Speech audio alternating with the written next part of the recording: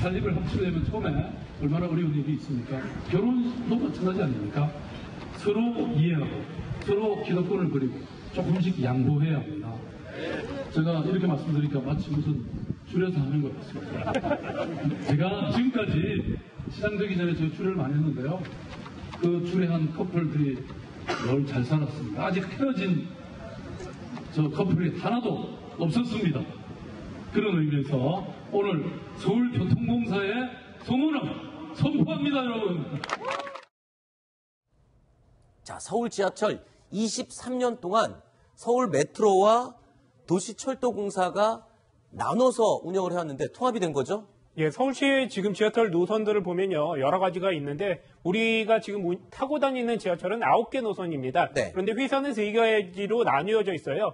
크게 보면요, 1호선에서 4호선까지가 서울 메트로, 그리고 5호선에서 8호선까지가 서울시 도시철도공사입니다. 네. 지금 서울시가 직영으로 가지고 있는 서울 메트로와 서울시 도시철도공사가 서울교통공사로 출범하는 겁니다. 네. 이렇게 합쳐지면 지금 규모가 어마어마하게 커지는 거라면서요. 세계적인 지하철과 비교를 해도 세계 어느 나라의 지하철과 비교를 해도 규모가 상당하죠? 네, 규모를 측정할 때 일단 기준이 되는 게 여러 가지가 있는데 네. 운영역 수가 있습니다. 네. 운영역이 서울시가 무려 277개 역으로 전 세계에서 세 번째로 많습니다. 뉴욕, 파리 다음이군요. 네, 그렇습니다. 그리고 일평균 수송객, 사람들이 얼마나 많이 타냐도 3위에 이를 정도로 굉장히 높습니다. 네. 국경이 거의 1000만 가까이가 되고요. 하루 평균 서울시는 600만 명 이상이 탑니다. 네. 총 연장도요. 300km나 되어서 매우 긴 편으로 꼽히고 있습니다. 네. 자, 이 통합이 되면 글쎄요. 회사의 덩치가 커지는 건데 중요한 건 어떤 이점이 있고 어떤 효과가 좋은 효과가 있느냐입니다. 어떤 부분이 장점이 되는 겁니까? 네, 먼저 통합을 하면 인력이 그만큼 겹치는 부분이 생기잖아요. 같은 네. 비슷한 회사이기 때문에 그런 인력이 감축되는 효과가 생깁니다. 지금 보시면 15,600명에 가까운 인력에서 14,000명, 그러니까 한 1,000명 정도가 4년간 감축되는 효과가 있으면 비용이 줄겠죠. 네. 그 부분이 있고요. 그럼 자본금은 21조 5천억 원을 갖게 됩니다. 네. 이뿐만이 아니고요. 지금 서울 메트로 같은 경우에는 현금이 꽤 많은데 서울 도시철도공사 같은 경우는 현금 유동성 위기를 여러 번 겪었거든요. 그런데 네. 이 두 회사가 합쳐지면서 통합 재무 효과가 연간 226억 원, 10년 동안은 2천억 원이 넘게 발생하게 됩니다. 자, 연간 226억 원이나 이제 절약이 되면 돈이 생기는 건데, 자, 이 돈 그럼 어디다 씁니까? 시민들을 위해서 좀 쓸 계획이 있답니까? 네, 일단 많이들 기억하실 텐데 이 지하철 하면 노후화 때문에 그렇죠. 멈추는 경우도 많고 고장 나는 경우도 많았잖아요. 이런 네. 부분을 일단 고치고 또 그뿐만이 아니고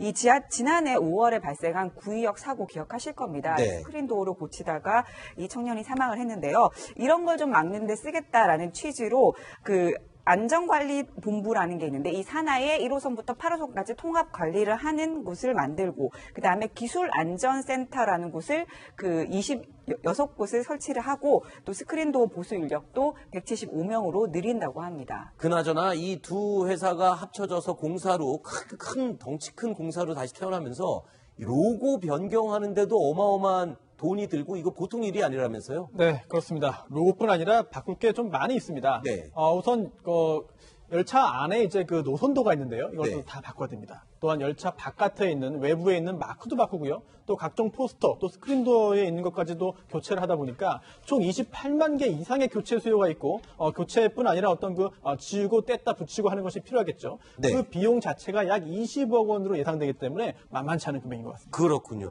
자, 콜센터 번호도 바뀌어야 된다면서요? 왜냐하면 합쳐졌으니까. 몇 번으로 바뀌는지 한번 알아볼까요? 네, 일단 콜센터가 이전에는요, 1호선에서 4호선까지가 1577에 1234였습니다. 네. 그리고 5678 8호선 경우에는 1577에 5678이었는데 네. 이게 통합돼서 하나로 바뀝니다. 1577에 1234로 되고요. 유실물센터 같은 경우에는 노선에 따라서 여러 군데가 배치가 됐습니다. 1, 2호선 따르고 3, 4호선 따르고 5호선, 8호선 따르고 6호선, 7호선 달았습니다. 그런데 이게 통합이 돼서 한 곳에서 통합 관리하게 됩니다. 그렇군요. 이제는 지하철 타서 물건 잃어버리거나 문의사항이 있거나 하면은 무조건 1577에 1234만 하면 어느 호선에서건 똑같이 통합된 번호로 연락을 할 수가 있겠군요. 자, 그리고요.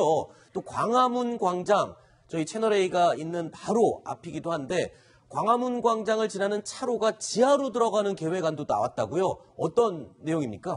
네, 지금 보시면 저희가 지도로 마련을 해봤는데요. 광화문에서 이 세종로 사거리까지 바로 네. 이 구간이 모두 지화화되는 겁니다. 그러니까 아하. 차도가 없어지는 거죠. 그 위로는 사람들만 걸어 다니는 도보만 할 수 있는 곳이고 차들은 다 지하로 내려가는 거고. 네, 그러니까 광화문 광장이 진짜 광장이 되는 겁니다. 도로가 다 없어지고 사람들이 그 위로 걸어 다닐 수 있고 차들은 밑으로 다니게 되는 거죠. 네. 네, 지금 보시는 것처럼 저렇게 해서 지금 광화문 근처에 있는 서십자각이나 뭐 혜태상 이런 것들은 본래 위치로 복원을 시킨다는 것이 이 서울시의 계획입니다. 네, 어떻게 될지 참 기대가 되는데, 근데 서울시가요, 또 미세먼지와의 전쟁을 선포했다.